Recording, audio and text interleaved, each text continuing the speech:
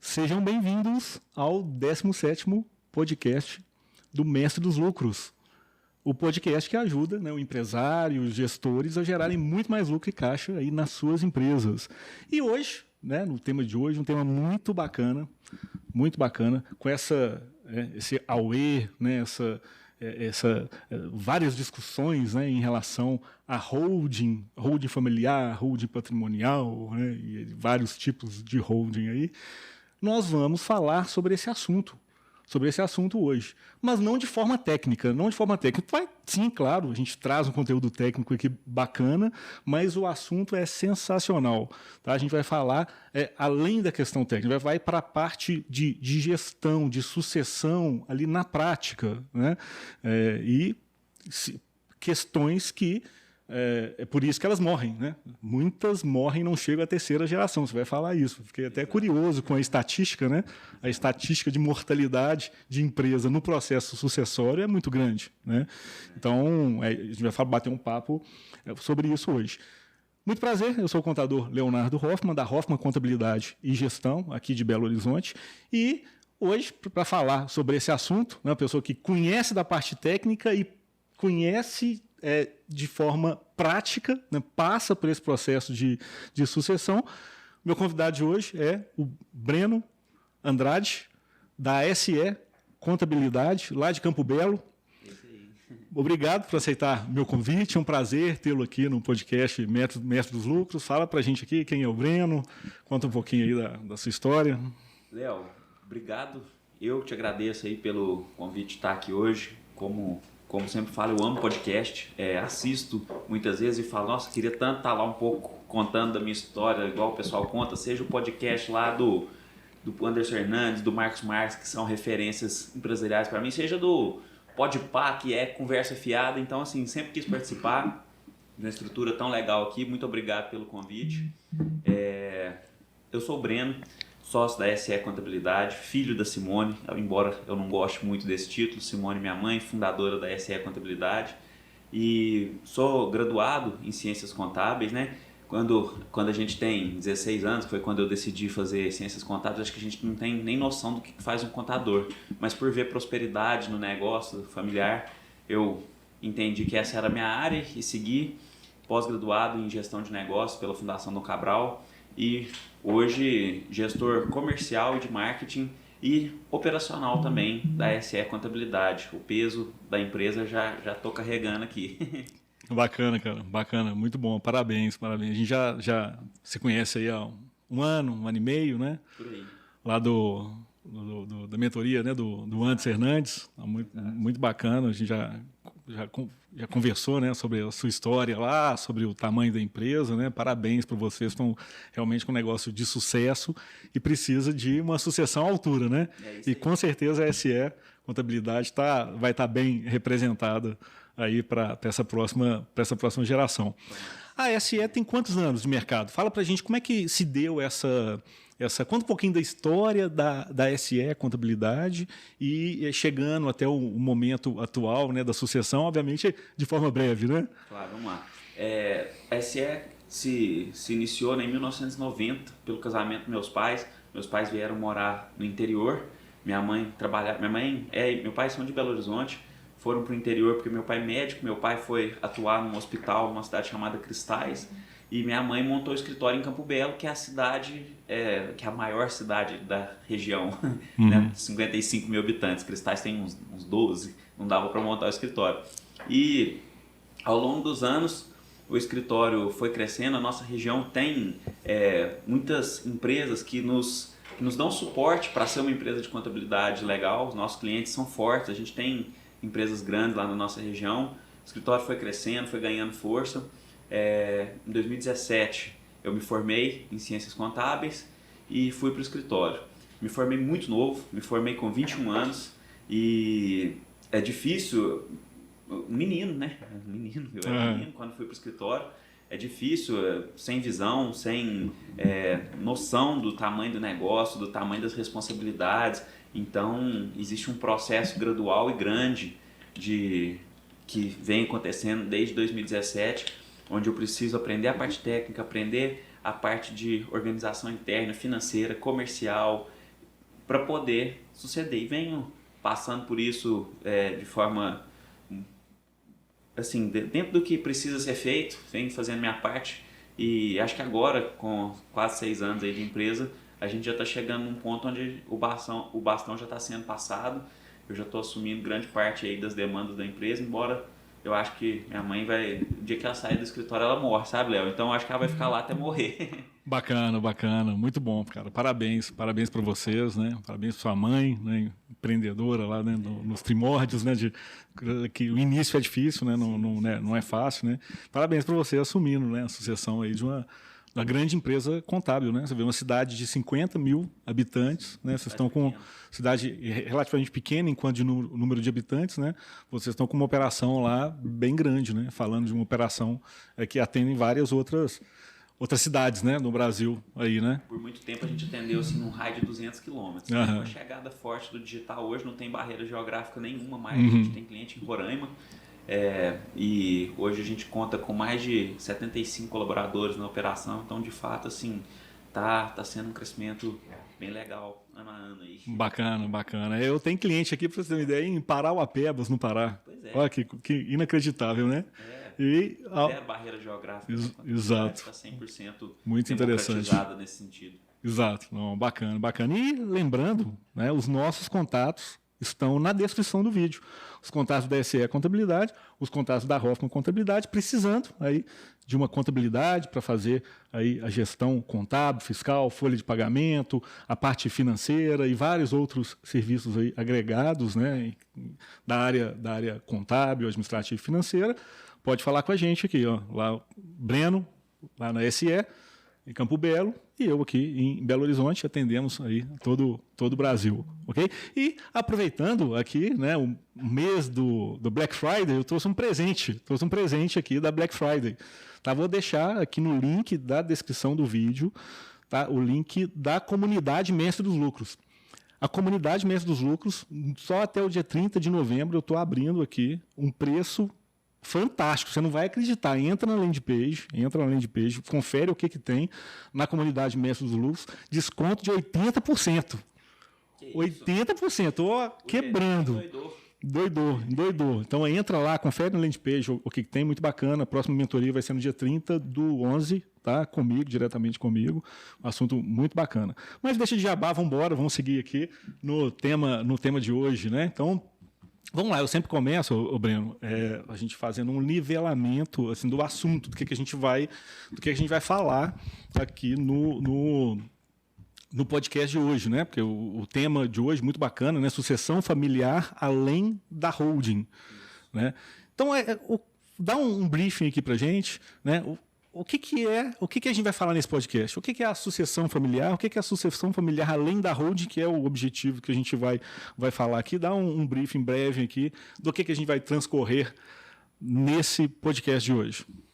Bom, Léo, acho que todo mundo que passa por uma sucessão, ou está passando, ou que pretende um dia ter um filho dentro da empresa, enfim, e for buscar materiais, palestras, cursos, pós-graduações nessa área, vai esbarrar invariavelmente em holding, sabe? Eu fiz pós-graduação, né, na área de gestão de negócios, tinha uma parte da minha pós que era sobre a parte de sucessão familiar, holding.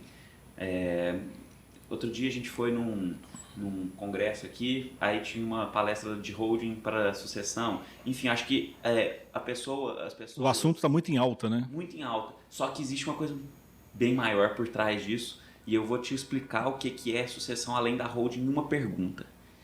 O que é, Léo, para você, um ladrão de cadeira de rodas?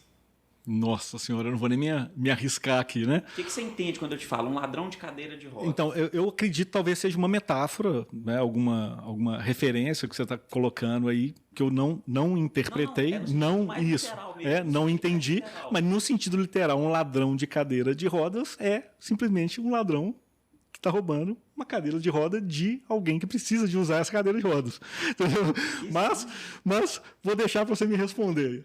Pegadinha do malandro aí. O ladrão de cadeira de rodas pode ser isso que você falou. Uhum. pode ser um ladrão que está roubando uma cadeira de rodas de alguém. Ou pode ser um ladrão que anda de cadeira de rodas e rouba as coisas de outras pessoas. Ok, legal. Então, são dois entendimentos. Entendi. É um ladrão que rouba a cadeira e um ladrão que está na cadeira roubando, né? Exato. Então, são dois entendimentos de uma mesma coisa. E quando isso acontece dentro de uma empresa, que tem, no meu caso, mãe e filho, e que às vezes em casa teve alguma coisa antes de ir para a empresa, e na hora que esse desentendimento acontece, se não tiver regra, se não tiver governança, se não tiver padrão de comportamento, alinhamento entre as pessoas sobre como conduzir esse tipo de situação, a coisa perde o controle. Perde o controle totalmente. Eu já estive em reuniões que pai e filho brigaram na mesa de reunião.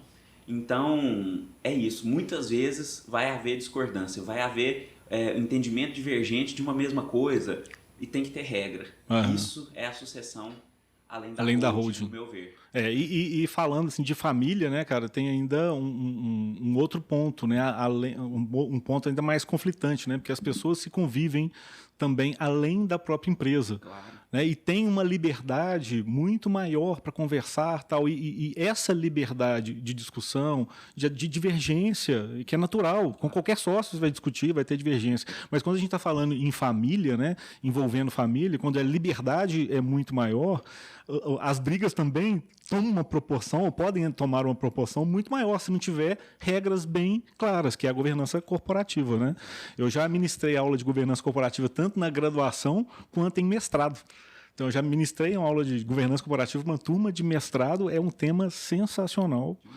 É muito interessante, serve para todas as empresas têm que ter algum nível, seja ela pequena ou gigante, ela tem que ter um nível de governança corporativa. Obviamente, as grandes corporações, principalmente as SAs, elas já são obrigadas a implementar níveis de governança corporativa, né? Principalmente a gente fala de SAs que têm algum órgão governamental, igual bancos, tem o Bacen, seguradora, tem a SUSEP, então já existem normas obrigatórias, né? Tanto vinda das leis das SAs quanto vinda dos próprios órgãos reguladores para limitar, né? Para coordenar um pouco essa atuação. Mas muito além disso, existem várias outras questões de governança que precisam ser implementadas. Então é um tema sensacional e vale muito para a empresa familiar, né? Para a holding familiar, que vai coordenar, vai orientar ações, procedimentos, atitudes, né? Delimitando algumas regras muito importantes dentro da gestão. Né? E muitas vezes, Léo, acho que a grande maioria das pequenas e médias empresas, vou levar até para o meu caso aqui, é um escritório de contabilidade que para os padrões de escritório de contabilidade é um escritório grande, mas é uma empresa pequena, é uma pequena empresa. Então, a gente não tem um estatuto definido com governança, muitas vezes. A governança, muitas vezes, vai partir do respeito, vai começar, né? Até que seja necessário que haja um estatuto escrito, algo tipo... Regulamento interno, né? Normas internas, né? Exatamente. Que as normas internas, muitas vezes, principalmente nas empresas menores, nas familiares, e tem até empresas médias, tá, que muitas vezes não tem esse escrito propriamente dito, mas existe um padrão já estabelecido, que muitas vezes está ali na mente das pessoas, de cada um tal. O que precisa fazer, que é muito importante, é transcrever isso para um negócio, para normas internas mesmo escritas, né? Inclusive para que seja de conhecimento e normas e procedimentos internos para os funcionários. Porque a governança corporativa vem para justamente ajustar todos esses padrões de normas e condutas, né, para todas as pessoas dentro da organização, inclusive e fundamentalmente também para os agentes, que são os funcionários e terceiros que trabalham para a empresa. Né? Então, as grandes empresas já estão bem avançadas nisso. Né? Inclusive, a Petrobras foi, na época do escândalo de corrupção lá da Petrobras, revisitaram as políticas de governança. Né? E já era uma SA, já era gigantesca, né? Um dos maiores do Brasil. Sim, mas bacana. E quando a gente fala, por exemplo, então, já ficou claro aqui para todo mundo, né, o que a gente vai discutir aqui hoje, mas o que, falando de forma técnica, assim, o que seria uma holding familiar, uma holding patrimonial nesse conceito? Né? Às vezes tem conceitos um pouco diferentes, mas o que é uma holding familiar? E dá um exemplo prático aí, né? Porque vocês têm isso lá, vocês estão passando por esse processo, né? Bom, a holding, né? Existem 3 tipos de holding. Holding de participação, existem 2 tipos de holding com 3 objetivos principais. Participar do capital de outra empresa, que é o caso da holding de participação. E investimento, né, em outras empresas, em outros negócios e tal. Exato. Uhum. E a holding patrimonial, que tem 2 principais objetivos, que é economia tributária e sucessão. Do patrimônio físico, né? Uhum. Principalmente. Então, como eu sempre falo assim, eu acho que quase ninguém escolhe entrar numa empresa familiar que está quebrando, que está dando errado. Então, a partir do momento que eu escolho entrar na empresa familiar, provavelmente ela está dando certo, ela está gerando riqueza, ela está gerando patrimônio. E se gera patrimônio, no dia que minha mãe não estiver mais conosco, no dia que meu pai não estiver mais conosco, esse patrimônio passa a ser hoje meu e da minha irmã.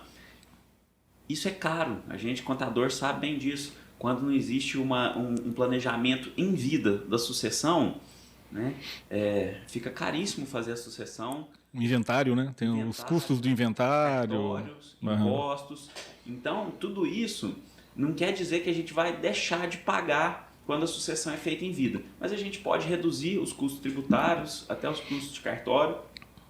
E, obviamente, quando na ausência dos pais, não precisa fazer de novo, né? Já foi feito e, às vezes, existem muitos casos de sucessão onde os filhos não têm a estrutura para pensar, fazer as transferências, estruturar o patrimônio para eles depois da morte dos pais. Então, os pais já deixam isso pronto em vida e vamos partir do pressuposto que algum imóvel, né, da família receba aluguel. O aluguel, através da holding imobiliária, né, é muito mais barato do que pessoa física. Uhum. Então, aqui coloquei aqui alguns fatores que geram economias tributárias, financeiras aí para a empresa com a holding. E, obviamente, diminui o desgaste familiar, diminui tantas famílias que se destroem aí, né, pós-morte dos patriarcas, matriarcas. Então, acho que tem esses 2 principais objetivos. E holding de participação hoje ainda não é uma realidade nossa, mas ela existe e se com boa técnica, se bem utilizada. Principalmente os colegas contadores e advogados vão saber bem aí que tem também muita utilidade no planejamento tributário também. Sim. Isso é uma coisa muito importante, né? São 2 pontos muito importantes aí que você falou. Assim, fazer isso em vida, né, já com todos ainda da família, né, em vida, principalmente os pais, né, ainda vivos, dá uma estrutura, um suporte, né, para os filhos e uma segurança jurídica na operação, para que depois que acontecer alguma coisa, já está definido, né, já está ali dentro daquele círculo ali da própria holding familiar. Isso facilita muito o processo sucessório, né? Isso, sem dúvida, é muito importante.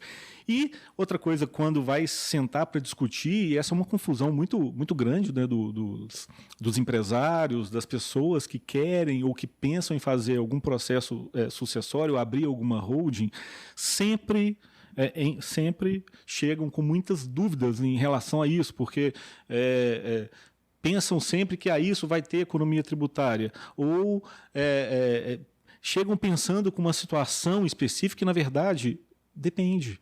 Qual é o objetivo? Então, o primordial é quais são os objetivos, né, para fins da criação da holding. Muitas vezes podem ser necessários você criar mais de uma holding para objetivos distintos, né? Então, quando você está passando por um processo o objetivo é de sucessão familiar, às vezes você não vai ter uma economia tributária em alguma circunstância em si. Pode ter em outras? Pode. Vai ficar na mesma empresa? Vai ficar em outra empresa? Vai abrir outros núcleos aí de holding? Então, é uma questão delicada, precisa da participação do advogado e do contador, porque se integram, né, os conhecimentos, né? Eventualmente, algumas holdings são mais fáceis de lidar. Você quer fazer uma holding para alocação, né? Que vai lá, alocação de imóvel próprio, venda de imóvel próprio, se esse for o objetivo e colocar principalmente nisso, acaba sendo uma coisa até mais fácil, mas precisa, sim, do contador preparado, qualificado e de um suporte jurídico. Eu entendo que tem que ter a participação dos dois, é muito importante nesse processo. Mas bacana. E Deixa eu só fazer um complemento, Léo. Hoje a gente tem um dos colaboradores da SE, ele está lá há muitos anos conosco, desde o início, ele tem 27 anos de escritório, que é o tempo que eu tenho de vida. E ele hoje é advogado e a gente tem um departamento jurídico interno, né? Então ele nos ajudou muito nesse processo e eu vejo as holdings assim, muito... É um pouco romantizado, sabe? Principalmente por quem quer vender o serviço de abertura de holding. Porque assim... blindagem patrimonial, a gente sabe que isso não existe, né? Existe um distanciamento do patrimônio da pessoa física. Nunca vai existir a blindagem de 100%, né? Dá um distanciamento, mas uma blindagem não é 100%, né? Exatamente. Então, assim, existe essa fantasia em relação à holding, principalmente para fins comerciais, e a gente sabe que não dá para fazer holding para todo mundo. Outro dia apareceu um cliente lá no escritório, ele tinha uma casa escriturada por cento e poucos mil reais. Quer fazer uma holding? Eu ouvindo falar de holding, falei, não é para você. Não é para você, passa para o seu filho aí por transferência, paga os impostos e pronto. Né? Verdade, então, verdade. eu acho que tem uma romantização da holding também, por isso que eu acho que vou trazer o tema novamente, assim, sucessão familiar é muito mais que holding. Muito mais que holding, com certeza. É importante, pra caramba.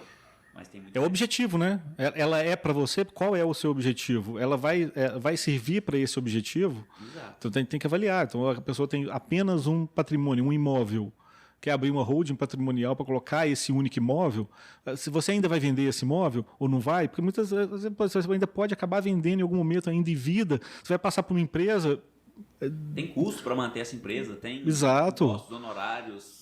Né? E a própria, se para essa empresa for classificado lá imobilizado, por exemplo, quando dá venda, você não tem aquela condição do único imóvel da pessoa física ou daquele benefício do venda nos últimos 5 anos para comprar outro imóvel sem pagar o ganho de capital, vai pagar com depreciação. Com depreciação na empresa, né? E na pessoa física, pelo menos tem uma atualização pequena, mas vai ter uma atualização. Então, assim, é muito, muito maior, né? É uma discussão muito mais ampla e precisa dos especialistas, né? E precisando, né, de especialistas, né, contabilidades especializadas nesse assunto. Você tem até um advogado interno lá também conhece, né, os contatos estão na descrição do vídeo, né? Mas bacana, você estava me contando aqui que tem uma trágica estatística, né, da mortalidade de empresas familiares que em algum momento foram até de sucesso, mas que na trajetória, no passar do bastão frente às próximas gerações, tem uma mortalidade alta, né? Na verdade, assim, a mortalidade das empresas no Brasil não é só... a gente fica falando em mortalidade de empresas no Brasil, que a gente está aqui, a gente tem as estatísticas, né, do IBGE e de outros órgãos aí, mas a estatística do mundo não é tão diferente. A mortalidade das empresas ela é alta, e no Brasil ela é alta, ela é bem grande, né? Então, dizem aí que sim, 50%, 60% das empresas morrem em 5 anos aí de atividade. E, obviamente, isso vai acabar impactando também as holdings, né? as empresas familiares, que não necessariamente até constituída como holding, né? Mas nesse processo sucessório a empresa está exposta aos riscos de mercado normais aí, e independente da questão do processo sucessório, pode acabar realmente desfazendo. Mas é incrível, né? Assim, quando chega num momento de sucessão, a gente geralmente geralmente vê que empresas bem-sucedidas na primeira geração, né, morrem da segunda para a terceira numa porcentagem até elevada. Fiquei até assustado aqui da terceira geração, né? São pouquíssimas que chegam na terceira. Qual é essa estatística? Fala um pouco da gente desse assunto. Léo, o número exato eu sei que é por volta assim, de que entre 30% e 40% das empresas chegam na segunda de forma bem sucedida e acho que 8% ou 7% chegam na terceira de forma bem sucedida. Vou tentar explicar aqui, vou contar uma historinha aqui de uma forma lúdica, claro que bacana. Mentira, mas vamos supor assim, João quer abrir uma empresa. João é irmão do Pedro e eles têm habilidades complementares, abrem um negócio e começam a ver o negócio dando certo ali, né? E João casa com Maria trabalhava num outro emprego. Maria falou, opa, essa empresa do meu marido está super próspera, acho que eu vou para lá também. Maria entra na empresa no financeiro. E João e Maria têm um filho. O filho nasce, cresce, estuda e fala, opa, essa empresa dos meus pais aqui, comi, bebi do bom e do melhor, viajei, tive carro, vou para lá também. E aí os 2 filhos de João e Maria entram na empresa e Pedro, que era o sócio dele, acontece a mesma história. E naquela empresa que começou com 2 pessoas, que o lucro da empresa alimentava 2 bocas, agora ele já alimenta 8. Então, esse para mim é o caso mais clássico que eu vejo. Porque, às vezes, o que tem que acontecer para que a empresa continue sendo saudável? Ou o lucro aumenta 8 vezes... A empresa tem que crescer, né? Ou o padrão de vida diminui 8 vezes. E o que normalmente acontece não é nenhum dos dois. Mantém ali a empresa mais ou menos do mesmo tamanho, todo mundo quer andar com a mesma roupa, andar no mesmo carro, morar no mesmo padrão de Desfalca a empresa, distribui mais do que pode e quebra, né? Não aguenta. Esse caso, eu vi ele como... Eu sou novo, eu tenho 27 anos, pouca experiência, eu já vi ele 3 vezes. Para mim, esse é o caso mais clássico, clássico. Óbvio que existem... E nesse caso aí, pelo menos, os filhos se interessaram pelo negócio e foram trabalhar, né? Porque se já vieram de uma vida bem boa, com muitas regalias, com tudo dado de graça assim, com facilidade, viagens, carro e tal, uma coisa que acontece muito, e eu vejo isso aí, e nem de famílias tão ricas, às vezes de famílias de classe média, normal, né? Que há um desinteresse muito grande, né, dos filhos, né, na questão do trabalho ou da própria sucessão do pai, porque é natural também que cada um queira talvez seguir uma linha diferente de atividade, ou não só não se interessa, mas às vezes aquela atividade, né, meu filho pode me interessar a ser contador, minha filha pode não se interessar a ser contadora e tem outros sentimentos, outros desejos, né, e que pode não se encontrar aqui dentro, por exemplo. Isso acontece com tantos outros. Mas se eles se encontrarem na profissão deles, maravilha, né? Tá excelente, tá ótimo, né? O problema é que muitos não se encontram, né? E ficam na dependência e familiar. O que é pior ainda, né? Esse exemplo que você falou, teve o interesse, mas a gestão, o trabalho de gerir isso para realmente crescer e dar o suporte para todos é que não foi efetuado. E que acontece muito, porque não é fácil crescer uma empresa, não é fácil, né? Crescer, gerir, manter essa empresa lucrativa não é fácil. Mas com boas técnicas, com bons suportes, com bons profissionais, né? Boas consultorias, né? Bons funcionários, parceiros, você consegue fazer isso, né? E muitas vezes o empresário não procura ajuda. Com muito trabalho, sabe, Léo? Não procura ajuda, cara. O fundador da empresa, ele ralou para construir aquele negócio daquele jeito. Às vezes o filho não vem com a mesma garra, às vezes o filho não vem com a mesma motivação, com ambição muito diferente, sabe? Não busca uma consultoria, não busca um parceiro, não busca um CEO de fora. E essa questão da ambição, eu quero colocar ela aqui, que ela também é um fator que gera essa mortalidade das empresas, né? Porque, como estou falando, se o sucessor não vem motivado, ele vai levando enquanto a empresa existir, acabou. Mas existem formas de o sucedido motivar o sucessor a ser mais ambicioso, dê responsabilidade, coloque ele no meio de pessoas que estão crescendo, que estão fazendo acontecer, porque todo mundo é produto do meio, né? Nós estamos aqui porque nós nos encontramos numa mentoria de crescimento, e olha aqui onde nós estamos trabalhando, fazendo acontecer. Então, se o filho não é inserido nesse contexto, ele também às vezes não vai ter a iniciativa de ir lá e fazer por conta própria. Verdade. Então, existem maneiras do sucessor... Estimular, né? Estimular o sucessor. Então, por isso que eu falo aqui, quando eu falo de sucessão empresarial, eu sou filho, mas não estou falando para filho, estou falando para pai. Porque o pai, no primeiro momento, é a figura mais forte da relação, é ele que já tem casca, que tem bagagem, que conhece, é ele que tem que fazer os movimentos mais inteligentes até que o filho tenha maturidade para também poder, né, assumir certas coisas. Verdade. Então, eu acho que isso é um ponto muito importante. Eu chamo isso de inteligência emocional. Não, bacana. Inclusive, vai falar, né? Você vai falar sobre isso. Isso é muito importante. Essa questão de procurar ajuda, estar junto, né, a um meio, a um network, fazer um networking tanto dentro da sua atividade, da sua profissão, né, de empresários ali, pessoas que estão inseridas na sua atividade, como também fora, né, para abrir o leque aí, né, e precisando de ajuda, procurar uma consultoria, pedir um profissional para ajudar ali na empresa, em qualquer área que a empresa precise, né? Isso é fundamental. E muitas vezes as pessoas se apegam, né, ao valor do gasto e não percebem que isso é um investimento que vai retornar muito mais ali em curto, médio e longo prazo, né? É o que vai multiplicar o lucro por 8 para continuar alimentando as 8 bocas. Isso, 8 bocas depois é exponencial, viram 16 e viram 32, né? E vai para frente. E é o objetivo da empresa, né?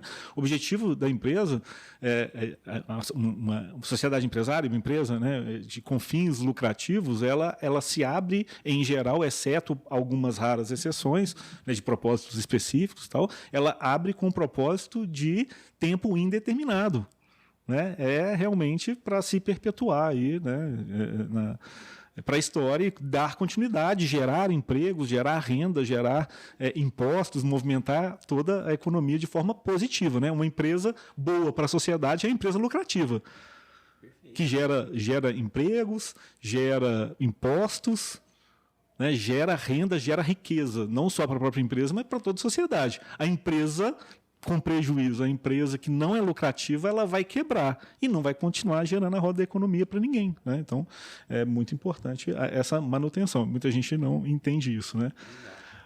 Muitas pessoas não entendem essa lógica. Mas bacana. Eu acho que tem uma coisa interessante, né, da gente falar aqui, um ponto muito importante para todas as empresas, mas no caso de hold ou de grandes empresas, né, sucessão familiar, então é muito, muito bacana. A gente fala de governança corporativa, né? Você já citou aí a governança corporativa. Vamos falar um pouquinho desse tema aí. O que é governança corporativa? Vamos lá, Léo. E olha que irônico. Na SE Contabilidade nós não temos nenhuma diretriz de governança corporativa. Pelo menos não de forma escrita, né? De forma escrita. Você vai ter. Você tem a governança, tem alguma governança implementada, com certeza, mas ela não está escrita. Exatamente. Ela está intrínseca nos sócios e no dia a dia da empresa, né? No fazer, né? Exatamente. A gente está chegando num momento que a gente está precisando começar a definir certos padrões. Porque até então, como falei aqui no início do podcast, eu vim nessa escada, subindo, e eu acho que agora nós estamos quase chegando num momento que a gente vai junto. E aí a gente vai passar a ter ambições mais parecidas, a gente vai passar a viver num cenário onde a gente precisa definir o que é de quem. Porque eu pretendo construir minha vida em cima disso, né? Então eu quero algumas coisas ali que a gente precisa definir. Até onde é meu, até onde não é, até onde minha mãe vai governar, até onde a gente vai junto, enfim. Isso é a governança, estabelecer de forma escrita, né, quais são os processos que regem a empresa. Né? Uhum. Eu penso, Léo, que para o tamanho da SE Contabilidade, para o tamanho da maioria das empresas, tem alguns pontos importantíssimos a serem estabelecidos, né, dentro da governança, e o principal deles está relacionado à retirada dos sócios. Porque o que pode, muitas vezes, estremecer a relação está muitas vezes ligado a isso. Então precisa ser definido. Prolabore é uma definição contábil, onde vai incidir INSS, imposto de renda. Então não é prolabore, é salário. É o segundo termo. Qual que é o salário de cada um? Quanto que eu preciso para viver no mês? Quanto que minha mãe precisa para viver no mês? E o que é retirado? O que nós vamos tirar da empresa, do caixa da empresa como lucro, distribuição de lucro, além do nosso salário mensal para a gente construir a nossa vida? Isso é uma coisa que precisa estar extremamente bem definida dentro de até para estimular o próprio processo sucessório, né? Que estimule que vocês continuem, que os filhos continuem dentro da empresa, porque cada um tem sua vida própria, tem sua necessidade, quer crescer, tem sua ambição, né? Quais são as regras que eu preciso seguir para eu poder chegar lá no topo? Uhum. A governança define isso, porque é muito fácil falar assim, ó, depois de 10 anos, o sucessor assume tal parte do caixa. Não é assim. O que eu tenho que fazer para chegar lá e poder ter acesso a isso? Então, tem que Qual o mérito, né? claro. Quais são os méritos que cada um precisa alcançar para realmente mostrar que faz jus, né, àquela situação. É a mesma questão dentro da empresa, um funcionário, né, ser promovido, está merecendo resultado, o que está fazendo para merecer isso, né? Salários da sucessão. Até porque quando a gente fala de prolabore em si, aí eu não estou separando, eu não estou a prolabore é a distribuição de lucro. Vamos falar do salário fixo do sócio entre as duas situações, o que ele recebe ali no mês. É o salário do sócio. Sim. Qual é o salário que aquele sócio, naquela empresa, ele merece ou ele faria jus? É o salário equivalente à posição que ele ocupa e as atividades que ele desempenha se fosse contratar um funcionário externo. Exato. Na qualidade daquele funcionário para com aquele sócio. Então, esse é o salário, é o prolabore justo, mensal para aquele sócio, se a empresa puder pagar. Porque a empresa pode não estar no momento ainda de pagar aquilo, então você tem que reduzir. O restante disso é distribuição de lucro, de acordo com as regras de distribuição que foi implementadas dentro da governança da empresa, né? Geralmente pela participação ou por outros méritos de conquistas, né? Vou até te contar aqui um outro ponto, né, que tem que estar muito bem estabelecido, que você já tocou nele aí, é a definição de funções. Né? E o que aconteceu, isso foi um caso real nosso e assim, foi um problema nosso lá atrás que a gente rapidamente conseguiu ver, não foi um grande problema não, mas assim, a gente teve que mudar a forma de fazer. Eu, como falei, comecei bem no operacional, fazia contabilidade, fazia fiscal, tinha que aprender aquilo, né, fiz folha de pagamento, eu tinha que aprender aquilo para poder gerir, vender o escritório. Então, aí chegou o momento que eu fui para a área comercial. E eu acho que todo mundo que cresce um dia foi carregador de maleta, né? Eu carregava a maleta da minha mãe onde ela ia, nos clientes e tudo. Desculpa. E teve um dia que a gente foi num cliente, que era um cliente de uma visita comercial, a gente converteu o cliente, chegamos, voltamos para o escritório, e quando você converte o cliente, você tem que fazer as ações internas para trazer o cliente dentro do onboarding inicial e tudo mais. Na época nem chamava onboarding. Sim, onboarding era termo novo, né? Termo novo. Mas era trazer o cliente para dentro do escritório. E um dia minha mãe chegou e perguntou assim: Breno, você já. Não lembro o que era, mas sei lá, ligou e pediu os documentos? Eu falei, uai, não, nunca fiz isso. De quem é essa função, né? E a gente passou uns 2 ou 3 clientes onde eu ia junto, ela já queria que eu absorvesse, né, o que tinha que ser feito no pós-venda ali. Mas não estava claro qual era a função de cada um. Ela não te falou o que era para fazer. Você estava só acompanhando, em tese, né? Para mim, eu estava como acompanhante. Aí chegou num dia que deu treta. Ficou... Aí eu falei, não, então vamos o cliente já entrou aqui tem 1 mês, tem 2 meses, não está lá na área fiscal, né? Não está registrado no sistema. O que é de quem? Uhum. E foi a partir disso... O que são as principais habilidades do Breno? O Breno é bom na área comercial. O Breno é bom na gestão de pessoas. Então, são as principais funções que ficaram comigo. Simone é melhor na gestão financeira. Simone é melhor na gestão de patrimônio. Simone tem mais visão. Então, vamos deixar assim? A partir disso, hoje, eu tenho muito claramente o que eu tenho que fazer todo dia no escritório. A gente raramente esbarra, né, nas funções e... Pronto, ela no máximo entra, me dá uma opinião, eu escuto muito, claro, isso faz parte, aprender, continuo aprendendo, mas não dá problema mais, tá claro o que cada um tem que fazer. Então, fazendo um resumo desse tópico, definição de função, retirada, são os principais pontos e objetivos, né, da sucessão, são os principais pontos que tem que estar dentro de uma governança corporativa. Olha que interessante, né? O que você está contando aí, né? na prática, né? As questões que ocorrem e a governança corporativa é exatamente isso. Né? Existe, inclusive, para quem tiver interesse em aprofundar nesse assunto de governança corporativa, existe o Instituto Brasileiro de Governança Corporativa. Bacana, não sabia. Existe um Instituto Brasileiro de Governança Corporativa, salvo engano, por volta dos anos 2000, ou um pouco mais à frente, ele foi criado. Não, foi em 1995. Foi criado em 1995, o IBGC. É a maior referência de governança corporativa no Brasil hoje. E ele tem um manual de boas práticas de governança corporativa, que é excelente. Ele é excelente, ele coloca os princípios de governança, eu posso falar um pouquinho dos princípios aqui, e estabelece lá, é um manual mesmo de aplicação que você pode pegar aquilo lá e aplicar de forma prática, obviamente convertendo e adequando ao seu negócio específico, ao tamanho do negócio em si, a atividade, mas ele é bem interessante. Eu vou tentar buscar o link, vou buscar o link onde está esse manual, ele é gratuito, e vou deixar ele na descrição do vídeo, é só baixar, é um manual gratuito, é um PDF, muito bem elaborado. Inclusive, é um PDF que eu uso como um case, como um workshop na sala de aula. De tão bom que ele é.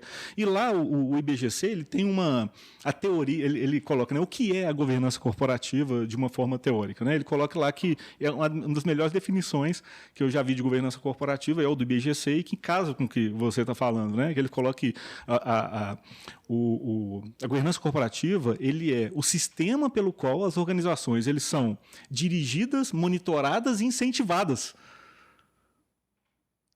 para que abarque ali todos os sócios, os gestores, as pessoas de comando e cheguem até os próprios funcionários com regras claras. Então, esse sistema ele tem o objetivo de transformar, né, esses princípios das boas práticas de governança corporativa, esses princípios da governança corporativa, em práticas objetivas aplicadas ao negócio. Então, não é algo aleatório, não. São práticas objetivas pontuais dentro do negócio que vai nortear toda a organização.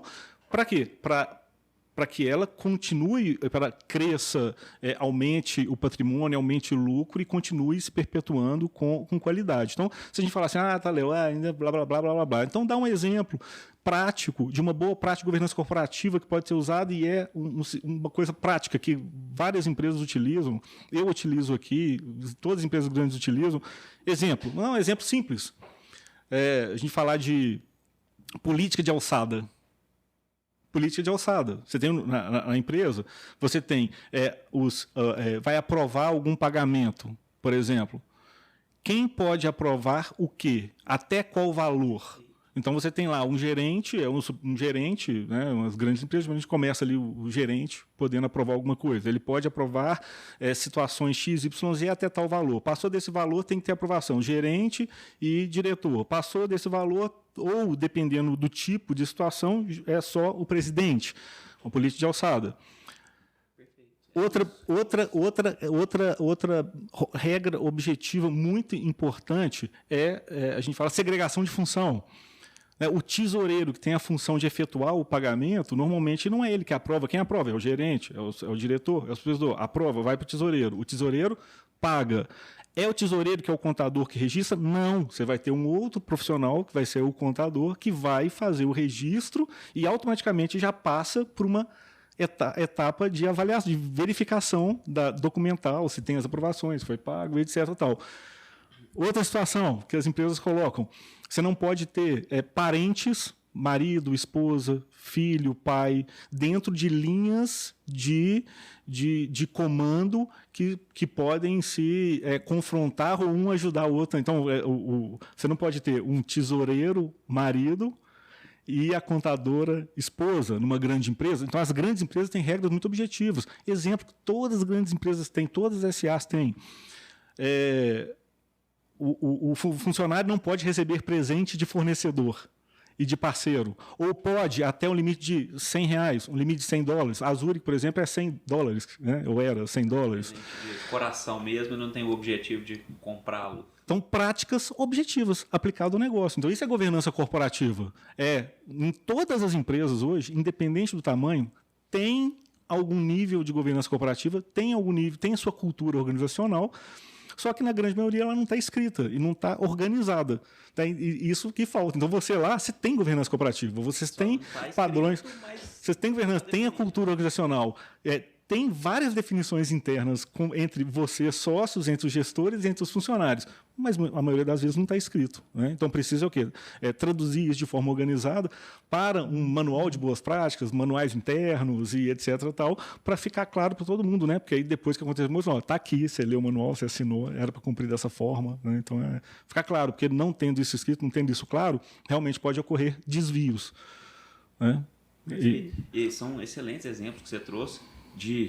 muitas vezes de empresas maiores, né? A gente está falando aqui, no meu caso, de uma empresa pequena. Não é pequena, não é pequena. A nomenclatura que ela recebe é pequena, empresa de pequeno porte. Né? Então, assim, eu acho que às vezes a gente não tem isso com tanta clareza, mas são excelentes exemplos que funcionam na minha vida na prática, né? A gente tem aplicado na empresa, muitas vezes não está escrito, né? Acho que é. Legal, bacana. E até vou entrar num próximo assunto aqui, Léo, que é a inteligência emocional. Vou ser breve nele, porque eu... Antes eu vou falar uma coisa que é importante, vou tentar ser breve aqui. Uma coisa muito importante para a governança corporativa são os 4 pilares, né, os 4 princípios da governança corporativa. Transparência, equidade, responsabilidade corporativa e prestação de contas. Esses são 3 princípios assim, fundamentais, né, que norteiam a questão da governança corporativa. E lá dentro de cada um você tem as boas práticas em cada tópico. Então é muito importante. Mas vamos lá falar de inteligência emocional. Isso é importantíssimo. Né? Vou ser breve aqui, como falei, porque isso aqui é um pouco subjetivo, né, Léo? É um negócio um pouco subjetivo e dentro da nossa empresa, a nossa governança até hoje foi a nossa inteligência emocional. Não sei se vai ter alguém aqui que nos conhece, quem vê eu e minha mãe fisicamente nós somos parecidíssimos e por dentro nós somos muito parecidos. Então sempre existiu um respeito muito grande de ambas as partes e eu vou até puxar a sardinha para o meu lado aqui um pouquinho. Eu cheguei muito humilde no escritório, eu sabia que eu não sabia, eu sabia que eu precisava aprender. Quem sou eu para abrir o peito aqui e falar o que é certo e o que é errado? Então deixa eu ficar no meu lugar até que eu possa exercer um cargo de mais importância gerencial. Assim, não, e legal, nesse ponto, você falando assim, você entrou humilde, né, que você entender, se colocar lá dentro, e não sei se você eu tenho certeza que você já compreendeu isso, que você está participando de grupo de mentoria, faz muito treinamento e tem a qualificação aí de graduação, pós-graduação e tal. Existe um filósofo, não sei citar qual filósofo, que diz, e eu tenho isso incorporado em mim, e a gente vê isso, né? Quanto mais a gente estuda, a gente realmente tem esse conhecimento que quanto mais eu sei que nada sei. Já teve algum filósofo que falou isso aí, ou algo parecido. E é exatamente isso, né, cara? A gente tem que saber, lugar, né? exato, que a gente precisa, do que a gente sabe, do que a gente precisa melhorar. E que a gente precisa de ajuda sempre. De ajuda sempre aonde? A gente precisa dos funcionários. Às vezes o funcionário naquela qualidade ele tem que ser melhor do que eu naquela posição que ele está fazendo, né? A gente precisa de mentores, de treinamentos e tal, consultorias. Muitas vezes, Léo, tem 5 pessoas no escritório hoje que tem mais de 20 anos de SE. Então você imagina, são pessoas que têm 20 anos de SE e eu tenho 27 de vida. Eles me conhecem desde moleque. Então, eu sou muito humilde com eles. São pessoas que estão em cargo de coordenação hoje. Vira e mexe, eu ligo e falo, fulano, e essa tributação? Como é isso, né? Isso, me ensina. Exato, é isso aí. Eu preciso deles, claro que sim. E eu desenvolvi muitas habilidades também que eles não têm, entendeu? Então também espero que eles reconheçam que a gente é complementar, mas ambos têm que ter essa humildade com pai e filho, mãe e filho, idem. Não, pois é, olha que interessante, né? Quando a gente, voltando à questão da governança corporativa, a governança corporativa ela é de cima para baixo. Né? Não é do funcionário que implementa a governança, não. São os sócios, os gestores, núcleo ali de gestores estratégicos é que implementam a governança de cima para baixo e vai alastrar para os funcionários. Então, isso está no nível estratégico, passando para baixo, que é o nível tático, e chegando no nível operacional, que são os 3 níveis de influência da organização. O nível estratégico, o tático e o operacional. Nós temos que estar no nível estratégico. Sim. E temos que ter os nossos gerentes, né, ali diretores e gerentes no nível tático, que vai ajudar essa comunicação e a coordenar isso para implementar, e o nível operacional que vai executar na prática. Então, essas pessoas que são do nível tático e operacional, elas têm que conhecer muito melhor do que a gente da prática da efetividade do dia a dia, porque o nosso papel é colocar aquela empresa para crescer, gerar lucro e caixa, né, e manter essa empresa para de eterno, para justamente não morrer no caminhar dela e no processo sucessório, né? Então, a gente tem que ter o nosso conhecimento, são conhecimentos que ultrapassam essa questão técnica operacional, para conseguir que os nossos técnicos operacionais consigam executar e dar o apoio, dar o suporte, dar a ferramenta para que eles, né, consigam realmente executar isso. Perfeito, é isso aí. Isso também pode constar muito bem na governança, como Sim, você falou, sim, né? Então, assim, essa questão, até hoje, a SE cresceu muito na base do respeito, do coração, da inteligência emocional, muito mais do que na governança escrita, definida por alguma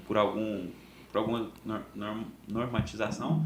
Mas eu acho que isso é importante e, às vezes, Léo, quando pai e filho, mãe e filho não se respeitam, pode existir governança, pode existir o que for. Eles vão rasgar o papel lá na frente de todo mundo e vão sair no berro.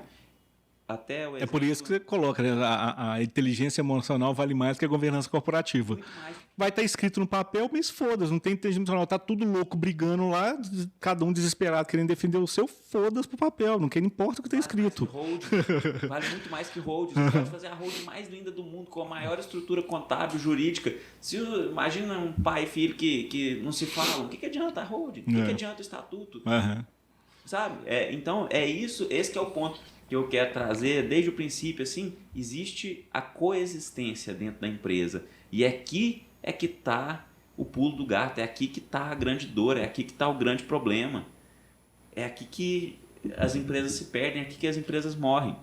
Não é na holding, não é na governança, não é. Entendeu? Então, esse é o ponto que eu quero trazer. Eu sei, ninguém muda ninguém, Léo. Ninguém muda ninguém. Nenhum pai muda um filho, nenhum filho muda um pai. Você tem que aceitar o outro do jeito que ele é. As diferenças, né? Cada um tem suas diferenças, brava, né? Minha mãe é uma barra de gelo, ela é fria. Se tiver que me xingar, ela me xinga. E na frente de quem tiver? Não. Não? Ah, então tem. Elogio em público, xingue em reservado. História, olha que interessante. Isso é bom. Uma vez, a gente estava fazendo um imposto de renda e foi em 2019. Foi o segundo ano que eu fiz declaração de imposto de renda. E naquele ano, a gente tem, né, uma estrutura de um processo de salvar documento dentro do servidor e tudo mais e tal, salvar o recibo, salvar a declaração. E naquele ano eu fiz um serviço porco, Léo. Fiz um serviço porco. Salvei só o recibo, não salvei a declaração. E minha mãe foi conferir meu trabalho e achou as falhas ali, né? E ela me pregou na parede esse dia. E eu fui para casa. A gente ama a pessoa, sabe, Léo? Existe essa diferença. Eu fui com o coração doendo para casa esse dia, mas eu falei para mim mesmo esse dia assim, eu nunca mais quero ter que receber esse tipo de situação no nosso ambiente de trabalho, para minha vida. Eu não quero ser a pessoa que está por baixo. Isso me impulsionou.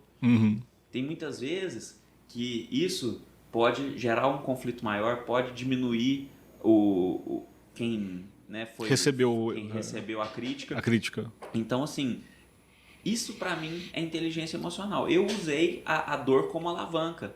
Ela me formou com um pouco de dor, com muita técnica, com muito ensinamento, com muito amor. Então, você juntar tudo isso e olhar para frente. Porque se qualquer coisa, qualquer diferença for te abalar, provavelmente em algum momento a relação estremece. Então, pensa positivo, pensa grande, pensa para frente. Estou aqui para crescer, estou aqui para evoluir, não posso parar por qualquer coisa, não posso me doer, não posso, eu tenho que ser forte. Porque senão você é uma criança mimada dentro de uma empresa e isso não configura sucessão. Isso configura... Isso é dentro de casa, sabe? Mas olha que interessante, né? Que a linha disso é muito tênue. Em que sentido, né? Porque, igual você falou, cada um tem uma personalidade, né? Cada um tem um jeito, tem uma personalidade, tem uma forma de colocar, uma forma de ver, uma forma de falar. A personalidade no sentido psíquico mesmo, né? Muitas vezes, na verdade, em geral, a formação dos pais para os filhos, você tem uma família lá, 5 filhos, né? Em tese, a formação foi no mesmo núcleo. E cada filho tem uma personalidade distinta, tem uma reação emocional diferente diante da mesma realidade ou da mesma situação que se apresenta. Então, hoje em dia, existe muito mimimi no receber feedback. E isso não é só dentro da família ou da sucessão, com os filhos, mas também dentro do ciclo de funcionários, né? Então, isso pode partir, sim, da gestão, ter um trato ou ter um cuidado maior no falar e dar feedback. Eu vou te confessar que eu não tenho muita habilidade de dar feedback muito amigável, não. Assim, eu acho que eu sou, às vezes, meio grosso no falar, pode ser meu jeito, mas tem que ter, acho que muito mais... eu tenho uma coisa que eu tenho que me corrigir. Né, ter uma habilidade maior enquanto gestores, estrategistas, estratégico, a gente tem que ter essa habilidade na conversa, no trato, falar a coisa séria, pagar pau de forma gentil. Né? Muitas vezes a gente talvez não consiga falar com as melhores palavras algo que é duro e precisa ser dito. Muitas vezes a gente até tenta não falar ou não chegar daquela forma, porque para não ser duro, mas tem que falar, não tem o que fazer. Mas esse é um lado da moeda. Qual que é o outro lado da moeda? A pessoa tem que ter a inteligência emocional para receber o feedback e fazer por mais que doa. Incomode naquele momento, eu acho, Léo, tem que ter um objetivo maior, sabe? Eu tô aqui, me doeu agora, só que eu tô olhando uma coisa muito maior, então bora para cima. E aí esse é o ponto. É receber aquele feedback, por mais que doa, e ter a ação proativa e positiva no sentido de melhorar. Mas o que acontece? Muitas vezes no mimimi tá injusto, não é isso, não é bem assim e tal, e o quê? Deprecia. Não vou ficar mais aqui, eu não vou fazer mais isso. A ação é invertida, né? Ela não tem uma ação proativa para o bem, né? Ela tem uma ação psíquica negativa para o mal. Isso pode ter vindo tanto da forma que foi recebido o feedback, ou como da própria inteligência emocional daquela pessoa, que não está preparada. Qualquer feedback, de qualquer forma que fosse dado, ela não vai estar preparada para fazer isso. Então, assim, existem... as pessoas vão reagir de forma diferente numa mesma circunstância. Então, é complicado, é uma situação bem delicada, né? A inteligência emocional é uma coisa... Por isso que várias empresas, principalmente as médias e grandes, né? Hoje até, eu só contrato hoje via uma empresa de recrutamento e seleção, porque tem a psicóloga que vai aplicar os testes psicológicos específicos com o perfil do candidato, coisa que nós não vamos conseguir perceber. Né, que nós não vamos conseguir perceber. Vou contar um caso breve desse assunto aqui, para ser curto, né, para a gente não evoluir demais. Eu trabalhei numa grande empresa, né, talvez eu já até disse o nome, já falei o nome dela aqui, agora eu não quero especificar, mas trabalhei na grande empresa que eu fui contratar um funcionário muito bem indicado por... eu era gerente, fui contratar nessa época eu era supervisor, ainda não era gerente. Fui contratar um funcionário, era eu que faria a seleção, depois eu ia passar para a entrevista com o gerente também, mas que foi muito bem indicado por um professor da faculdade, que era funcionário lá de dentro e estava na linha de atuação que eu precisava. Então veio a indicação das melhores indicações, o cara, o top do top das galáxias do aluno lá, era o que eu precisava de forma técnica, e passou pelo processo, a entrevista comigo foi, beleza, tá, vai lá. Passou pelo processo da área psicológica da empresa, que tinha uma área específica, né, e por todo o fluxo da empresa. E veio o laudo de recomendação da área, né, de recrutamento e seleção. Não indicado para o trabalho, e está falando que ele tem... qual que era o termo que usou? Esqueci. Nossa, eu não posso esquecer esse termo, que era muito interessante. Cansado para o trabalho. Veio esse termo, cara, cansado para o trabalho, né? O cara acertou tudo na prova técnica. Perfeito, indicação e não sei o quê. E veio lá, não indicado, motivo cansado para o trabalho. Eu falei, poxa, mas o que é esse tal de cansado para o trabalho? O que é isso? Eu liguei para lá e falei assim, olha... O que é exatamente cansado para o trabalho? Eu falei, Léo, é preguiçoso. É preguiçoso. Ele não vai te dar o rendimento que você precisa, ele no dia a dia ele não vai entregar as tarefas, ele vai demorar muito para fazer. Mas, poxa, o cara acertou tudo, veio de recomendação. Isso aqui é impeditivo eu contratar? Ou não, eu como gestor aqui, eu posso contratar, passar para frente para o gerente aprovar e cuidar. Léo, não é impeditivo, é só uma recomendação da área de recursos humanos nesse tópico específico. Aí o que o burro aqui fez? Contratei o danado. E não é que o danado era cansado pro trabalho mesmo, filho. Cansado pro trabalho, cara. Depois disso, cara, eu aprendi uma lição. Não ignore os testes psicológicos. Não ignore a recomendação de um outro especialista do processo, que não estava na minha área. Aprendi isso na prática e aplico hoje, né, aqui na empresa. Então as pessoas sempre passam hoje pela uma área de recrutamento e seleção com laudo psicológico, né, cara? E a gente vê as coisas chegando aqui, são bastante interessantes. Então esse é um caso curioso para você que é empresário, é gestor e tal. Se você não passou por isso, ou já com certeza já deve ter passado por isso, né? Aprenda aí com o meu erro. E não cometa esse mesmo erro, né? Mas é bastante interessante. A casca que o tempo dá, é isso aí, a gente vai errar, vai acertar. Por isso que muitas vezes assim, eu falo, eu preciso ser muito humilde, porque eu não tenho tempo, a bagagem, por mais esforçado que eu seja, por mais estudioso que eu seja, tem coisa que só o tempo que dá. Coisas como essa. Passando na prática, né? Por mais que você ouça a história de outras pessoas, às vezes você vai ter que errar para você aprender. Verdade. Então, quanto mais erro você tem, mais cascudo você é. Tem que aprender com erros, né? Tem que ser inteligente também, né? Não adianta cometer o mesmo erro sem bate a cabeça e não toma atitude, né? A gente só pode errar o mesmo erro uma vez. A gente pode errar erros novos depois, né? Mas o mesmo erro só uma vez. É complicado. Mas você queria falar também, né? Indo nessa linha de aprendizado, né? E ser humilde, aprender e estar aprimorando, né? Tem aquela questão, né? Aprender com a geração anterior. Você já falou muito disso aqui, né? Então, a importância de estar aprendendo com a geração anterior. Fala para nós aí um pouquinho aí da sua experiência e tal. Você até falou, mas vamos evoluir. Vou falar um pouco mais aqui. Vou falar uma coisa até...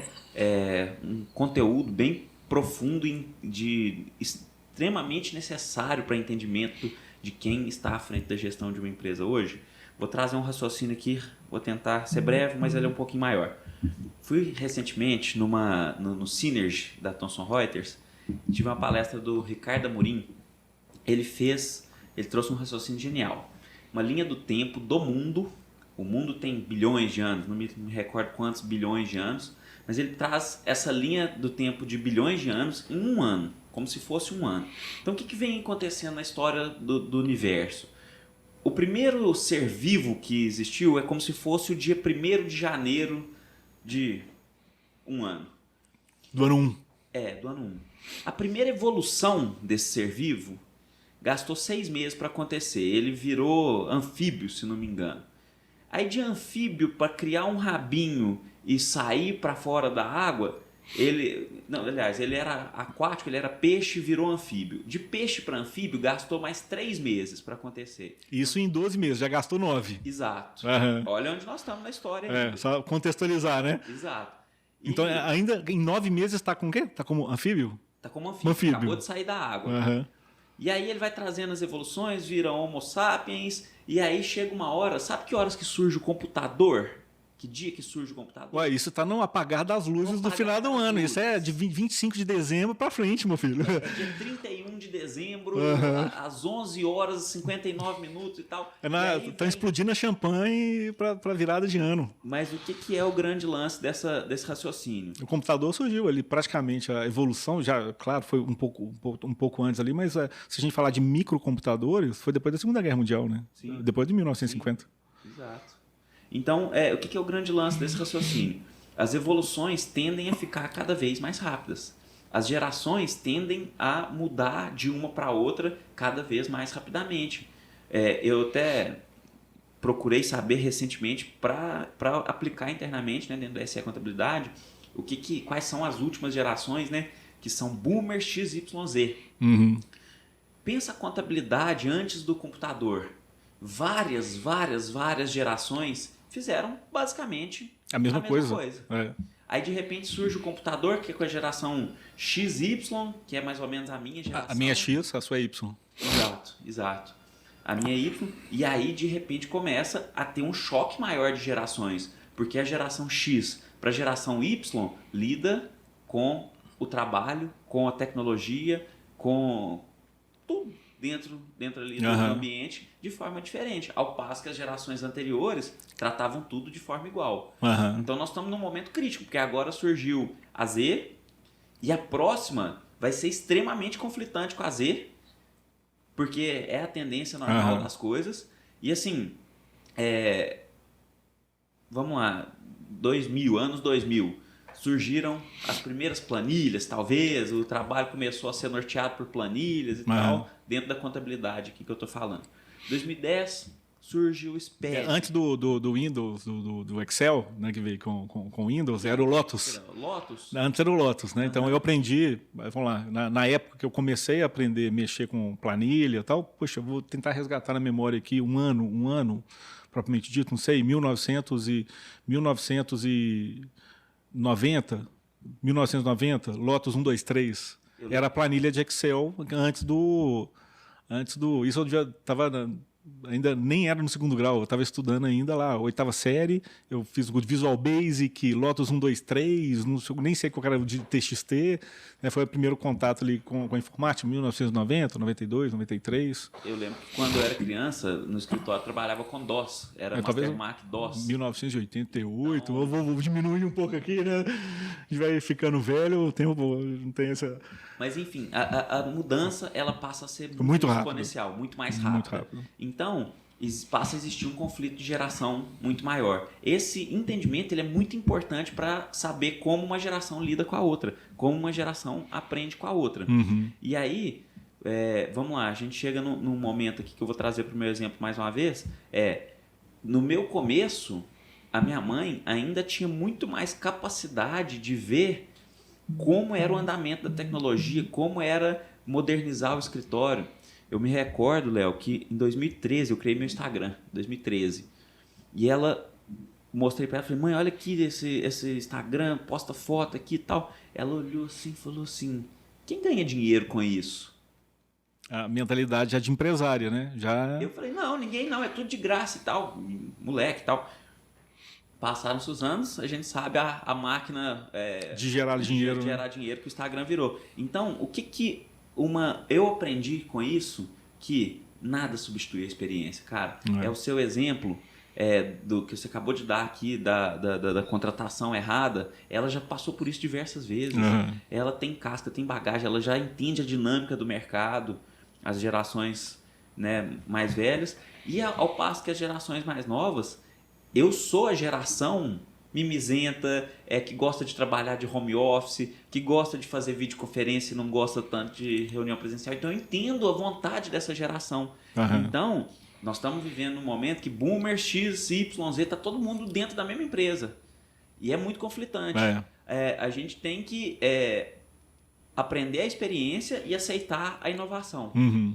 Isso, para mim, é o que uma geração precisa... completar. Uma vai completar com a outra, né? Uma mas completa é muito difícil, porque não difícil. faz parte da realidade. É muito nem difícil. do boomer fazer Google Meet, fazer videoconferência, e não faz parte da minha geração escutar, ser inteligente emocionalmente, ter paciência.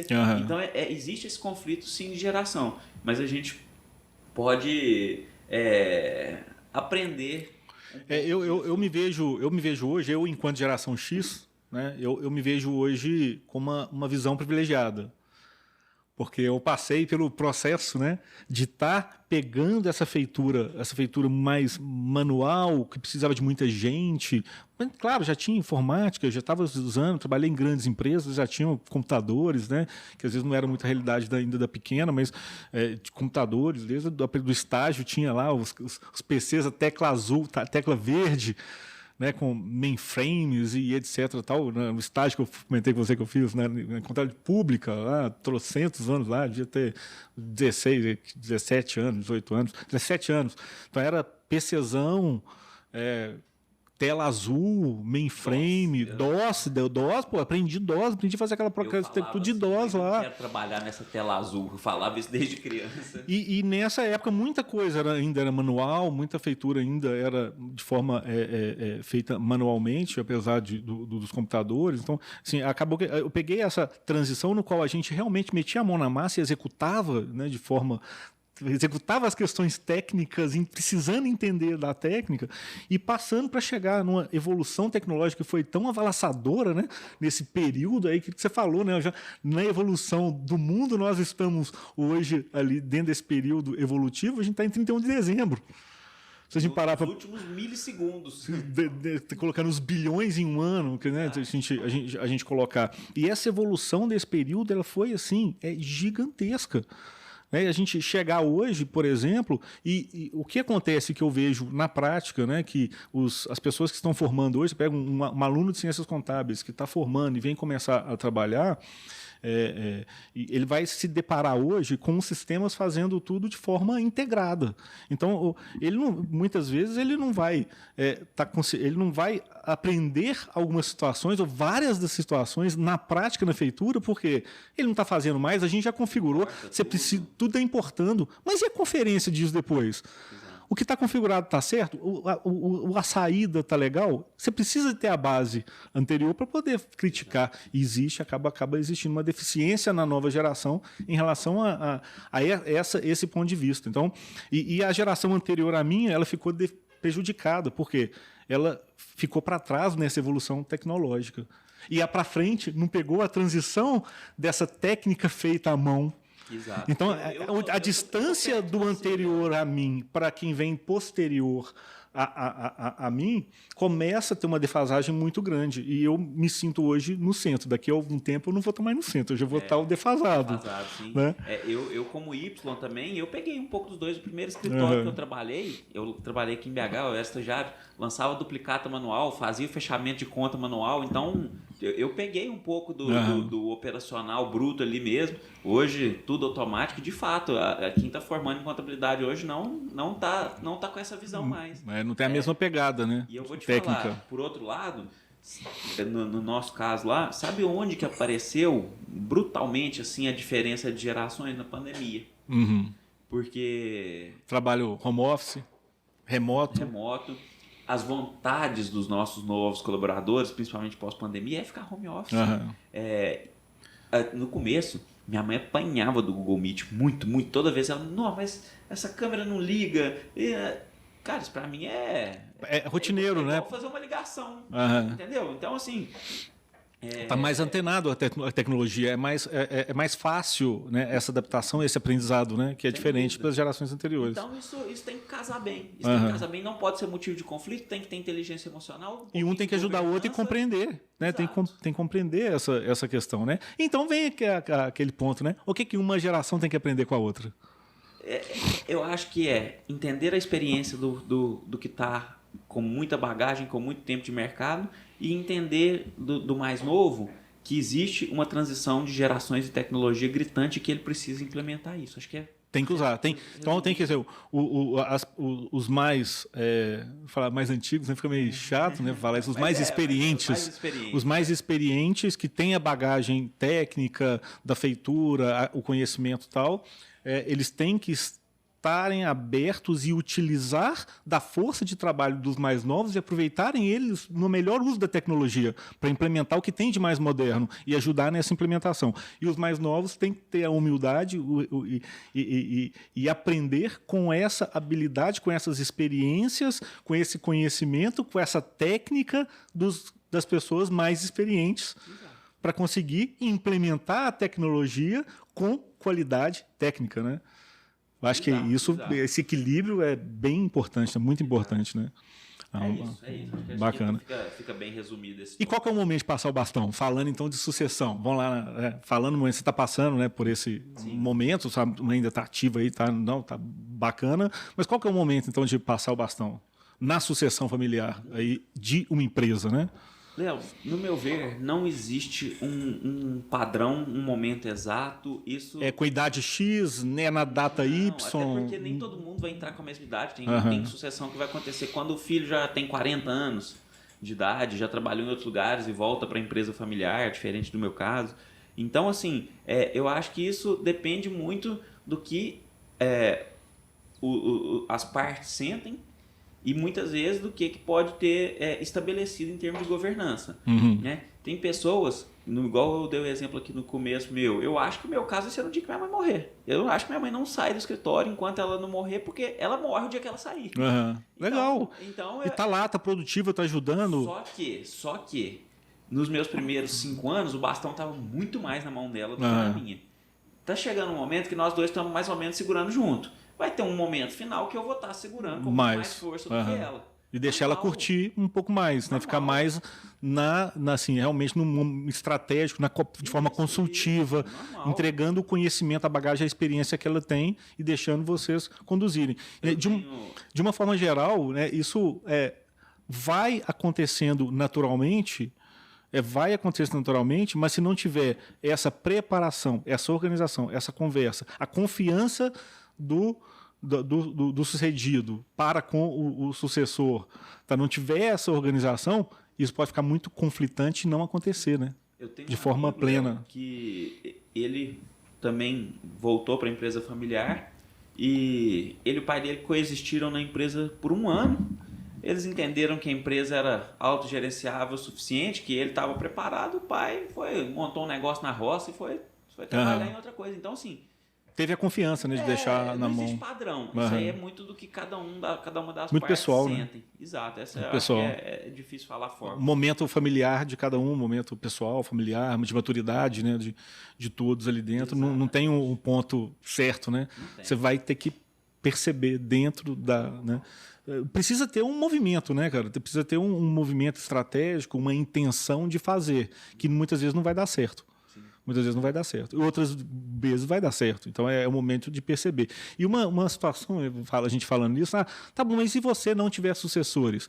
Você tem uma empresa, eu tenho colegas contadores que estão aí no mercado, né, inclusive em reunião agora há pouco tempo com esses colegas, né, em videoconferência, né, uma dessas pessoas, não vou citar nome, não faz sentido, né, falou assim, ela está entrando em um projeto. Ela disse, olha, eu estou entrando nesse projeto porque eu não tenho um sucessor. Eu não tenho quem me sucede. Minha empresa vai morrer. Então, eu estou entrando nesse projeto XYZ porque é uma forma de eu pensar também em sucessão, né? Olha, eu passo meu telefone para ele, velho. Eu tenho interesse. Comprar a carteira, comprar a empresa. E aí, nesse ponto que eu vou chegar. Olha uma mentalidade que eu vi uma pessoa falar sobre isso alguns anos atrás, e é uma mentalidade que hoje eu tenho, que eu não sofro por conta disso. Meus filhos não quiserem fazer ciências contábeis, que não estão fazendo, eles não quiserem e não estão fazendo, não estão indo para essa linha. Eventualmente, o que eles estão fazendo vai ajudar internamente, eles podem vir aqui e executar a atividade, porque tem sinergia, mas não é a contabilidade, não é o core da contabilidade. Se eu não tiver o sucessor direto, familiar, não tiver para quem passar o bastão, cara, minha empresa é meu plano de aposentadoria. Sim. Joga ela para crescer o máximo que puder. No dia que não tem sucessor, você cansou, vende sua empresa, vende sua carteira e vai se aposentar, vive com o seu, né, faz outros investimentos, faz coisas que você gosta. Perfeito, também acho. Passa a empresa para frente, passa a carteira e deixa a coisa continuar. E eu te falo, Léo. É seu plano de aposentadoria, cresce a empresa. Pensa que, olha que um pouco diferente, uma empresa de 30 anos que está na segunda geração, às vezes rola um apego, né? A gente tem a sensação, eu amo a SE o mesmo tanto que eu amo o Cruzeiro, sabe? Assim, uma sensação de pertencimento gigantesco.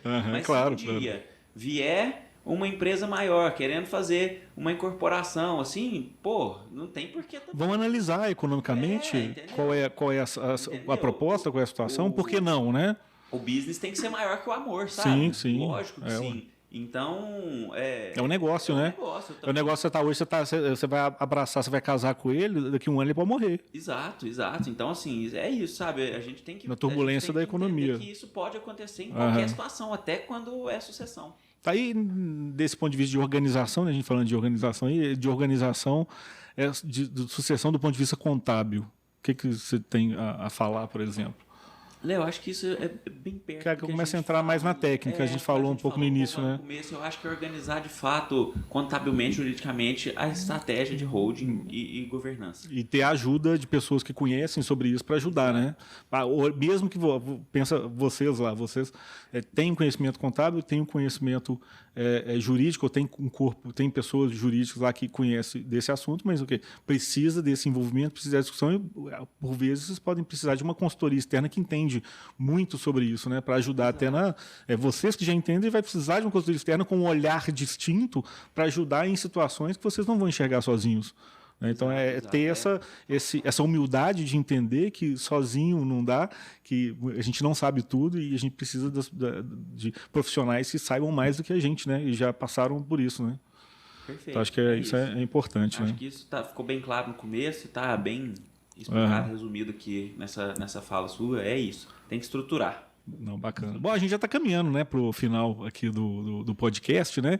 E você tem um projeto, né, na prática, né, que tem. Você falou um negócio de turbo empresarial. Explica um pouquinho desse negócio para a gente lá na prática, turbo empresarial.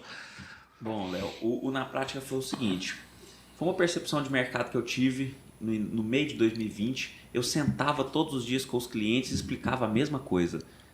E eu falei assim, gente, eu poderia fazer isso para todo mundo de uma vez. Eles aprendem, eles pegam uma visão mais 360 da coisa, eu ganho dinheiro e fica legal. E bacana. E outra, eu acho que quando se fala de sucessão empresarial, como eu falei lá no começo, o título mais triste que existe é o filho do dono. Você precisa de fazer um projeto seu, você precisa de fazer uma coisa sua, você precisa ter algo para chamar de seu, para se orgulhar. É uma vaidade no mais positivo sentido da palavra. E assim, que é uma realização sua, né? Realização. E então eu vi o mercado, vi a possibilidade e criei um braço da SE Contabilidade, que é o Na Prática Turbo Empresarial. Né? Eu sou o principal mentor hoje do Turbo Empresarial. Existem outros mentores que eu fui convidando para trazer temas novos, porque até hoje eu fiz 2 eventos só que foram online. Como eu faço a maioria dos eventos presenciais, eu fico limitado em termos de em número de pessoas para participar do evento. Então eu tenho que ir mudando os temas, convido parceiros para falar um dia sobre RH, um dia sobre a área fiscal. Eu falo sobre a gestão do ponto de vista do gestor mesmo, do business. Área de... Eu falei RH, mas tem RH e departamento pessoal, né? Que são coisas distintas. A gente faz um pouquinho dos dois. E foi um negócio assim que eu comecei no meio da pandemia. Eu falei assim, eu preciso começar. Eu vejo o mercado, eu acredito que eu sei fazer. E comecei, fiz uma turma pequenininha. A coisa foi crescendo. No meio desse ano, agora em julho, eu fiz, posso dizer que um evento bem robusto. Eu vi nas redes sociais, né, tinha mais gente, né, no presencial. Tal. Especialmente para Campo Belo, né? Tinha 80 pessoas, com 14 pessoas trabalhando no evento. Bacana. E assim, foi um dia muito legal. Foi uma espécie de um pequeno congresso, né? Com vários temas. As pessoas podiam escolher se queria estar na sala 1, se queria estar na sala 2, de acordo com o tema que fazia mais sentido para cada pessoa. E hoje é isso. A gente está passando por uma reforma no escritório, onde nós vamos ter uma sala de treinamento para fazer treinamentos recorrentes, pelo menos bimestralmente, uma turma nova de algum tema que seja de valor para os nossos clientes, para os colaboradores dos nossos clientes e, obviamente, é um braço de negócio novo nosso, que para nós é ótimo, né? Então é um braço novo de negócio na área da educação empresarial, né? Exato. Da formação aí do empresário, de colaboradores e tal, para ajudarem a eles dentro dos seus próprios negócios, né? Exatamente. Vamos falar assim, de um jeito... Claro que não estou banalizando a coisa aqui, mas são os cursos de hoje. Cursos que todo mundo conhece, todo mundo vê, aparece patrocinado para todo mundo, todo dia no Instagram e tudo mais. São os cursos. Mas bacana. Isso é muito interessante. O próprio projeto Mestre dos Lucros, né, ele nasceu desse nosso desejo, esse meu desejo principal aqui, de realmente conseguir traduzir, conseguir passar um pouco desse meu conhecimento. Inicialmente ele nasceu, não com esse nome hoje, não com essa marca, mas nasceu com esse desejo de realmente ajudar os meus clientes inicialmente, né? De situações rotineiras, de falhas rotineiras, de erros corriqueiros que eles tinham e às vezes até a gente mesmo comete no nosso negócio, né? E para ajudar eles a não cometer mais esse erro, para conseguir prosperar com as suas empresas. Ele nasceu desse meu desejo, desse meu desejo maior mesmo de ajudar os meus clientes internos, e hoje expande para ajudar não só os clientes, mas ajudar também qualquer outro, o empresário, gestor do mercado. Por isso esse tanto de conteúdo gratuito que a gente solta, além do conteúdo pago. Então a gente tem os treinamentos pagos dentro da página lá do Mestre dos Lucros, né? E a ideia é essa mesmo, é nessa pegada de ajudar. E isso é interessante, que do mesmo ponto que a gente também ajuda né, os empresários, ajuda as empresas, isso também nos traz autoridade, né? Então, isso volta para a gente O Breno como... deixou de ser o filho da Simone a partir do momento que as pessoas viram que o Breno era capaz Exato. e possível de abrir um negócio, uma frente de um negócio dele. Uhum. Foi uma virada de chave total. Total. Pra mim. Total. Bacana, bacana. E, Léo, tem uma coisa que eu falo muito, que é o seguinte. Às vezes, a minha pouca idade dificulta na questão da autoridade. As pessoas olham e falam, pô, é esse menino aí? Só que ensinar... Não, você não precisa saber 10 de nada para ensinar. Você pode saber 7 e ensinar quem sabe 2. Você pode saber uma coisa bem feita, especialista, e assinar quem sabe 10. Exato, pois é. Porque você sabe muito mais daquele item específico, você domina e foi um especialista naquele assunto, e as outras, e quem vai aprender com você não sabe nada, ou sabe muito pouco, ou quer aprimorar naquele assunto. Então, Exato. uma coisa, né? E os cursos de pós-graduação, os cursos do MEC são engessados, né, de certa forma. E esse tipo de curso livre... Pouco práticos, né, hoje em dia, né? E vamos dizer assim, é aquilo historicamente durante muitos anos e não muda. Uhum. Curso de Direito é a grade do MEC há muitos anos. E a pós-graduação de Direito Tributário também. O curso livre, ele te dá a opção de trazer uma coisa que às vezes pode ser uma dor nova e que de repente não tem nenhum órgão regulamentando, como o MEC, mas a gente pode atacar mais dores. Uhum. Você entende? Você vai direto na prática. Na prática. Você vai direto na prática, né? Que é o nome do projeto aí. E o nome do projeto surgiu porque a gente tem um colaborador que ele está conosco há 20 anos, não é formado em ciências contábeis, ele me ensinou contabilidade, ele falava assim, vem cá para você ver aqui na prática, ó. Aí foi assim que surgiu o nome desse projeto. Desse projeto meu. Que é bem objetivo, um nome bem bacana, né? Um nome bem objetivo, que todo mundo quer, né? Colocar na prática eu sou muito transparente. a teoria. Eu juro para quem fizer o na prática que eu conto tudo que eu faço no meu dia a dia. Porque não esconde, né? É importante, né? Os erros e acertos, né? Que a gente erra. Erro é importante. É importante. Tem muitas vezes que a gente paga por cursos, que aí é assim, ó. Só mostra o grosso da coisa e vende o próximo curso, sabe? Se você agora quer aprender a parte vende a teoria ou vende o que é bonito, não fala do que é ruim, né? Se você quer aprender agora a parte de vendas, nós temos um curso específico para vendas e tal. E eu não. O que me perguntar, eu falo. Eu acho que por isso que chama na prática, o DNA da coisa, justamente isso. É ser aberto, é ser sincero. E eu acho que isso tem dado certo, porque eu tenho colhido bons frutos. Né? Bacana. Parabéns. Isso é legal. Muito, muito importante, né? Ter esse tipo de projeto, né? de pessoas que querem realmente fazer algo a mais, né? Não, a mais do que a execução da atividade normal, ajudando, né, outras pessoas, os empresários, a movimentar a economia, crescer os seus negócios e trazer riqueza e prosperidade para tudo. É o objetivo do mestre dos lucros, né? Transformar as empresas ricas e prósperas com muito mais lucro e caixa. Uma última colocação aqui, na prática, uma história real na prática que aconteceu. Eu gostava muito, como eu estou na gerência, na gestão de uma empresa, e é o que eu vivo todo dia, eu gosto de falar sobre isso. Então, eu gosto de falar, na maioria das vezes, para outras pessoas que também estão fazendo isso e, às vezes, não estão fazendo da forma mais correta possível, né? Eu gostava desse público, queria falar sobre isso na maioria das vezes. E um dia, minha mãe falou assim, você não acha que esse público seu está pequeno? Você não acha que se você falasse para os funcionários das empresas, ensinasse a fazer a parte operacional, você não ia aumenta o leque, uma pessoa, um público muito maior e tudo? E aí... No último, na prática, que foi onde eu abri o leque total, que foi onde foi o grande evento, eu aceitei a experiência dela nesse dia. Sim, faz todo sentido. Absorvi no meu negócio e deu certo. Tá vendo como que a sinergia das gerações, quando ela é bem trabalhada, funciona? Só basta que as pessoas tenham humildade de aceitar. Eu podia falar, não... Eu que sei aqui, o negócio é meu, eu que estou tocando e deixa comigo que eu sei que eu estou fazendo. Não, mas muito assertivo isso, né? Tem vários gurus aí do mercado nesse movimento, né? De ampliação do leque de atuação, não só para o empresário, mas movimentando também para treinamentos mais específicos e práticos, né, para o treinamento técnico dos colaboradores, né? Então é uma linha que está acontecendo. Mas bacana, bacana. Lembrando que os nossos contatos estão na descrição do vídeo, precisando dos nossos serviços, dos treinamentos aqui, né, na prática, dos treinamentos do Mestre dos Lucros. Então os contatos estão na descrição do vídeo. E para a gente fechar aqui com chave de ouro, eu sempre faço uma pergunta final aqui para o convidado. Eu deixo a pergunta aberta de duas formas, né?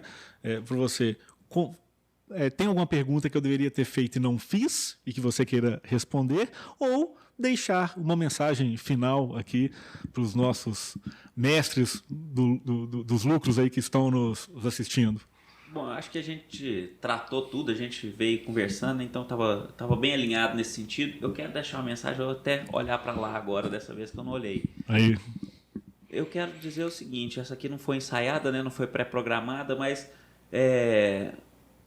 escutem jovens, filhos, escutem seus pais. Seus pais são sábios, eles sabem das coisas. E pais, escutem esse podcast, vocês são a cabeça da operação, vocês conduzem, vocês formam, vocês criam. Então, escutem esse podcast e tentem tirar alguma coisa aqui que vocês possam mudar para direcionar seus filhos para um lugar melhor. Eu acho que isso é o segredo do sucesso da sucessão. E, claro, façam uma holding se o patrimônio for expressivo, para que não haja dor de cabeça quando vocês não estiverem mais conosco. Seria basicamente essa a mensagem final. Excelente. Depois dessa mensagem eu não tenho nem mais o que eu preciso falar mais nada. Excelente. Obrigado, Breno, por ter aceitado o convite. Excelente, cara. Excelente bate-papo. Eu tenho certeza aqui que está ficando para os mestres dos lucros aí que acompanham o canal, né? Tanto para o sucessor quanto com o sucedido, e para outras pessoas, né, que não podem em algum dia passar por isso, um conteúdo de grande valor aqui para o canal, de forma gratuita, aberta. Perfeito. Né? De forma aberta, gratuita aqui, para todo mundo que quiser assistir. E excelente, cara. Mais uma vez, obrigado pelo convite. Eu agradeço, Léo. Sucesso, obrigado. Espero que a gente possa se encontrar mais vezes aí. Isso aí, vamos fazer outros podcasts aqui.